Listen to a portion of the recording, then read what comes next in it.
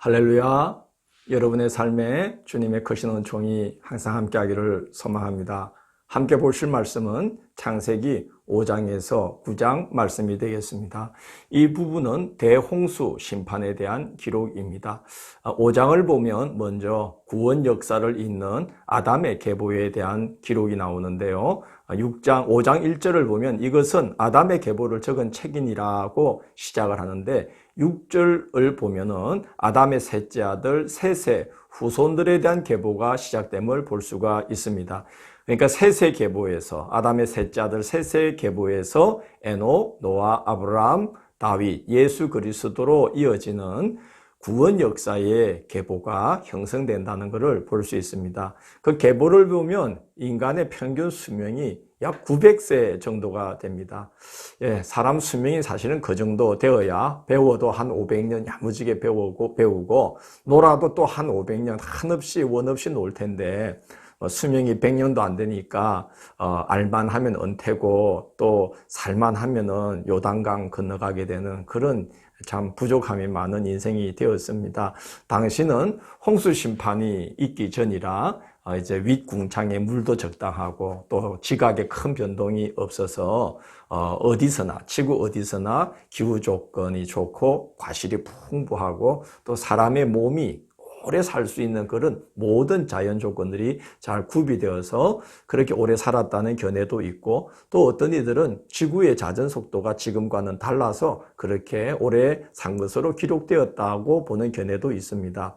그러나 그런 견해는 이래도 되고 저래도 아무 상관없죠. 왜냐하면 성경은 과학책이 아니고 성경은 우리가 어떻게 구원을 받느냐 하는 인간의 구원을 정언하는 책이기 때문에 그런 지엽적인 것에 너무 우리가 매여 있을 필요는 없습니다. 그래서 그냥 참 지금보다는 훨씬 수명이 긴 시대를 살았구나 하는 것을 생각하면 되겠습니다. 계보 중에 우리가 봐야 되는 것은 그런 게 아니고 특별히 눈에 띄는 인물 에녹이지요. 에녹은 65세에 머두셀라를 낳았고 머두셀라를 낳은 후 300년을 하나님과 동행하며 자녀를 낳았으며 라고 기록되어 있고 그 이후에도 하나님과 동행하더니라는 기록이 또 나옵니다. 그러니까 이 에녹이라는 사람의 인생의 특징은 하나님과 동행하는 사람이었다는 거예요. 사람이 하나님과 동행하면서 자녀를 낳고 그 자녀를 하나님의 사람으로 길러내는 것보다 더 중요한 게 어디 있겠습니까? 그래서 그 사람을 통해서 하나님의 구원 역사를 이어갈 신앙의 사람들이 세워지게 된다면은 가장 인생을 잘 산 거 아니겠습니까? 그런 훌륭한 믿음의 계보에서 대홍수 심판 중에도 하나님의 구원 계획을 면면히 이어가게 되는 노아 같은 인물이 나오게 됩니다. 6장에서 8장은 홍수 심판에 대한 자세한 기록입니다. 먼저 심판이 있기 전에 죄악이 세상에 가득했다. 개역성경을 보면 죄악이 세상에 관영했다. 세상이 죄악으로 꽉 찼다. 이렇게 기록이 되어 있는데요. 그 한 증거로, 한 예시로 하나님의 아들들이 사람의 딸들의 아름다움에 빠져서 그들이 마음이 원하는 대로 다 자기 아내를 삼았다는 기록이 나옵니다.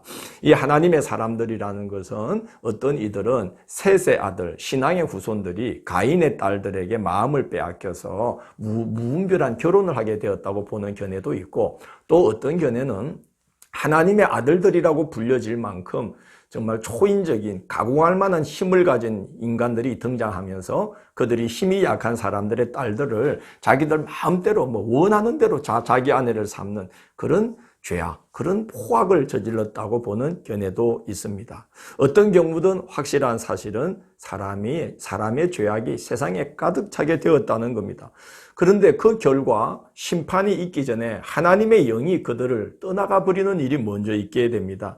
그래서 6장 3절을 보면 여호와께서 이르시되 나의 영이 영원히 사람과 함께 하지 아니하리니 이는 그들이 육신이 됨이라 하는 기록이 나와 있습니다.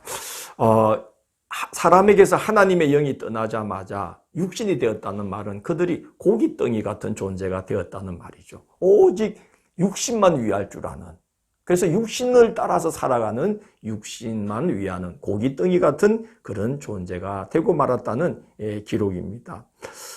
그래서 이제 하나님께서 그 인간을 심판하실 계획을 세우시게 됩니다. 대홍수 심판이 계획되고 거기서 노아는 구원을 받습니다. 6장 8절을 보면 이런 기록이 있죠. 그러나 노아는 여호와께 은혜를 입었더라. 은혜를 입었다는 것은 심판을 면하게 된다는 뜻입니다. 지난 연말에 읽은 요한계시록을 보면 마지막 대환란이 있기 전에 하나님의 사자들이 성도들의 이마에 인을 쳐줍니다. 그런 다음에 그 인침받은 자들을 불이 섞인 유리바다를 건너게 하시고 그렇게 안전히 이렇게 보호하신 다음에 이제 마지막 그 7 재앙이 담겨 있는 7 대접을 쏟는 마지막 재앙이 시작되는 것을 볼 수 있죠. 성경은 하나님께 은혜를 입은 자들이 심판을 면제받는 사건을 곳곳에서 증거하고 있습니다. 특별히 그의 아들 예수 그리스도를 통하여 하나님께서 베푸신 은혜와 사랑을 믿는 자들은 생명책에 그 이름이 기록되어서 사람의 행위가 기록된 책을 따라 심판받지 아니하고 생명책에 그 이름이 기록된 자는 심판을 면제받으리라. 그렇게 요한계시록에 기록되어 있지 않았습니까? 참 이렇게 하나님께 은혜를 입었다는 것은 심판을 면제받는 복을 받는다 하는 것입니다. 노아가 대환란 가운데 건짐을 받는 이제 장면이 6장 말미부터 7장으로 쭉 이어지게 되어 있는데요. 이 과정을 보면 신앙의 교훈으로 삼을 것이 참으로 많다는 생각이 듭니다. 첫째, 노아는 하나님께서 눈여겨보셨던 자다 하는 겁니다. 9절을 보면 노아는 의인이요 당대의 완전한 자라 그는 하나님과 동행하였으며 이렇게 기록되어 있죠. 하나님은 이렇게 사람을 눈여겨보시고 보면서 사람을 달아보고 재어보신다 하는 것을 우리는 생각하게 됩니다. 노아는 통과했고 당대의 사람들은 통과하지 못합니다. 6장 13절을 보면 하나님께서 노아에게 당대 사람들을 가리켜서 이렇게 말씀합니다. 모든 혈육 있는 자의 포악함이 땅에 가득함으로 그 끝날이 내 앞에 이르렀으니 내가 그들을 땅과 함께 멸하리라 이렇게 말씀합니다. 죄악이 극에 달하면 심판을 직면하게 된다는 말씀이죠. 그렇기 때문에 우리는 하나님 눈밖에 나면은 절대로 안 되고 노아처럼 하나님의 눈에 들어서 하나님이 눈여겨보시는 자들이 되어야 하나님께 은혜를 입는 줄로 믿습니다. 두 번째는 순종입니다. 노아는 하나님께서 지시하신 대로 높이가 길이가 300규빗, 너비가 50규빗, 높이가 30규빗에 달하는 방주를 만듭니다. 지금 이제 그 단위로 환산하면요. 길이가 137m, 너비가 23m, 또 높이가 14m에 달하는 약 2만 톤급의 무동력 배를 나무로 만들었다는 겁니다. 고페르 나무는 잣나무를 뜻합니다. 준비 기간만 해도 비가 오기까지 약 120년이 걸리는 일이었습니다. 믿음이 없이는 그렇게 할 수가 없었겠죠. 6장 22절을 보면 노아가 그와 같이 하여 하나님이 자기에게 명하신 대로 다 준행하였더라. 이렇게 기록이 되어 있습니다. 믿음으로 노아는 그 긴 시간 하나님의 말씀에 순종해서 하나님이 지시하신 대로 방주를 다 만들었던 것입니다. 세 번째는 의탁하는 겁니다. 여정을 맡기는 거죠. 방주는 무동력 배입니다.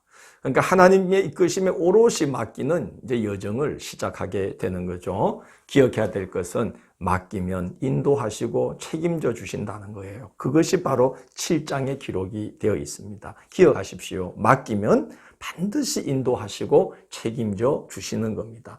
7장 17절에 보면 물이 많아지자 방주가 땅에서 떠오릅니다. 7장 18절을 보면 물이 더 많아져서 물이 땅에 넘치게 되자 이제 방주가 떠오른 방주가 물 위를 떠다니기를 시작합니다. 그러다가 300여일이 지납니다. 그리고 하나님이 정하신 때가 되자 물이 빠지면서 방주가 아라랏산에 안착하게 됩니다.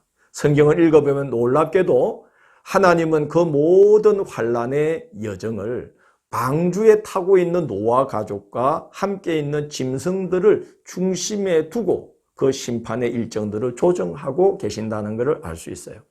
8장 1절을 보면 이렇게 기록되어 있습니다. 하나님이 노아와 그와 함께 방주에 있는 모든 들짐승과 가축을 기억하사 하나님이 바람을 땅 위에 불게 하심에 물이 줄어들었고, 그렇게 기록되어 있습니다. 때가 되었어요. 그래서 이제 노아와 그와 함께한 가족과 그 짐승들이 무트로 나와서 새 역사를 이제 펼쳐나가야 될 때가 되자 하나님께서 그걸 기억하시고, 그들을 기억하시고 땅 위에 바람을 싹 불게 해서 땅이 마르도록, 노아 가족이 새 역사를 출발할 수 있도록 하나님께서 때를 조정하고 계셨다는 것을 알 수가 있습니다. 하나님의 언약의 백성이 된다는 게 이렇게 큰 축복입니다. 하나님이 기억해 주시고 그들을 중심으로 역사를 운행해 나가신다는 거예요. 네 번째는 기다림입니다.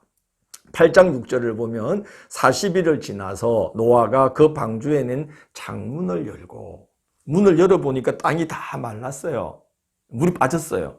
덥석 나올 수도 있는데 10절을 보면 또 7일을 기다려. 노아는 기다립니다. 12절을 보면 또 7일을 기다려. 노아는 또 기다립니다.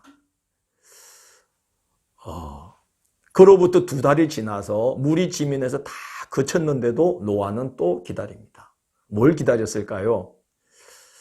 8장 15절, 16절에 그 답이 있습니다. 하나님이 노아에게 말씀하여 이르시되 너는 내 아들과 아내와 내 아내와 내 아들들과 내 며느리들과 함께 방주에서 나오고, 이렇게 말씀합니다. 노아가 기다린 건 그겁니다. 하나님의 지시하심이 있기를 기다렸죠. 물론 우리가 살아가면서 어떤 일들을 계획할 때 하나님이 노아에게 하시듯 아브라함에게 하시듯 우리가 누구에게 말을 걸듯 그렇게 또렷하게 나와라, 들어가라 이렇게 하기는, 이런 경험을 하기는 아마 쉽지만은 않을 겁니다. 그러나 우리가 기도하면서 하나님께 마음을 집중하고 우리 하나님 때를 살피면 하나님께서 어떤 분명한 어떤 사인과 신호를 우리에게 주셔요. 그래서 하나님의 뜻이구나, 하나님의 때구나, 하나님의 지시구나 하는 것을 분별할 수가 있게 되는 겁니다. 노아는 하나님께서 지시하시기를 기다렸어요. 그리고 하나님께서 이제 나올 때가 되었다 그러자 그는 나옵니다. 갈라디아서 6장 9절을 보면 우리가 선을 행하되 낙심하지 말지니 포기하지 아니하면 때가 이름에 거두리라, 이렇게 말씀하고 있고요. 히브리서 10장 36절을 보면 너희에게 인내가 필요함은 너희가 하나님의 뜻을 행한 후에 약속하신 것을 받기 위함이라, 이렇게 말씀하고 있습니다.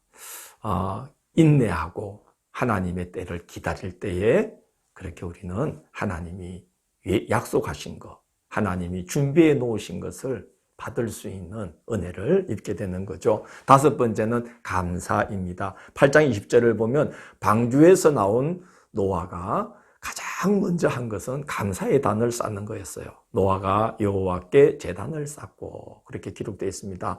하나님은 그의 감사의 제사를 받으시고 다시는 물로 세상을 심판하지 않겠노라고 언약하십니다. 9장은 그 언약의 내용을 소개하고 있어요. 첫째는 조건을 다시는데 산 동물을 이제 양식으로 삼을 것을 허락하시면서 조건을 다시는데 4절을 보면 고기를 그 생명되는 핏째 먹지 말 것이니라, 이렇게 합니다. 아마 이제 그때 홍수로 인해서 수목이 많이 해를 입었기 때문에 이제 짐승들을 먹으라고 허락을 하신 것 같아요. 그러나 고기를 그 생명되는 핏째 먹지 말라고 하면서 그 이유를 이어지는 5절, 6절을 보면 피 흘림이 있으면 그 짐승에게서, 또 사람이면 그 사람에게서 그의 생명을 찾을 것이다 라고 말씀합니다. 그러니까 먹을 정도만 잡지 함부로 마구 생명을 해하지 말라고 말씀하신 거죠.